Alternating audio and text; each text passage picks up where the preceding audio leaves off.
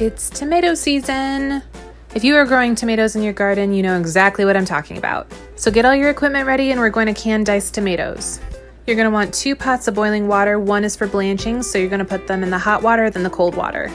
You're going to rinse them off really well and then put them in the boiling water for 30 seconds, then the ice water. This is to take the skin off really easy, and I'll show you how. And I find that tongs are the best tool to use for this part. So I'm gonna cut mine up into quarters. So all I do to core it, I just cut off all 4 sides and the peel comes off so easily.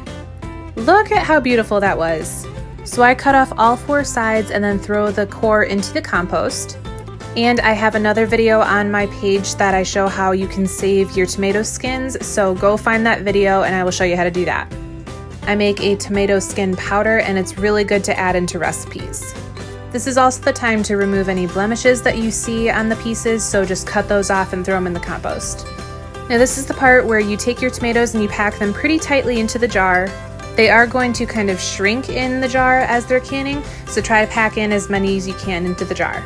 We're now going to add our lemon juice to the jar, and this is to add extra acidity. I know that tomatoes are acidic, but this is what the recipe calls for. Find the Ball Blue Book and do it along with me.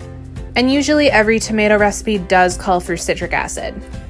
You can find this in the canning section of your store, at Walmart, or on Amazon. Now we're going to add just boiling water. We want to make sure that our jars are hot, our liquid is hot, so that way when they go in the canner, they're not going to break. Leave about 1 inch of headspace at the top, so this is about where the rim meets that curvature of the jar. Take a plastic utensil and we're going to squish out all the air bubbles very gently so that way we don't break up the tomatoes.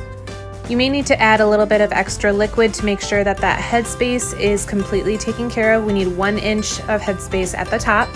And tomatoes are messy, so if you want to use a paper towel to wipe the rims with vinegar, you can. I just used my fingers for this one because it wasn't as messy. And then you take your clean lids and clean rings and you put them on your jars. Since tomatoes are messy, you can also wipe the jars off with a wet rag just to make sure that any residue is off of them before they go in the canner. And if you have new lids, I just wash them off with hot soapy water and then I set them aside.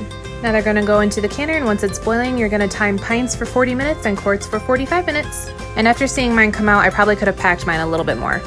Live and learn. Tag me in your canning videos and like and follow for more.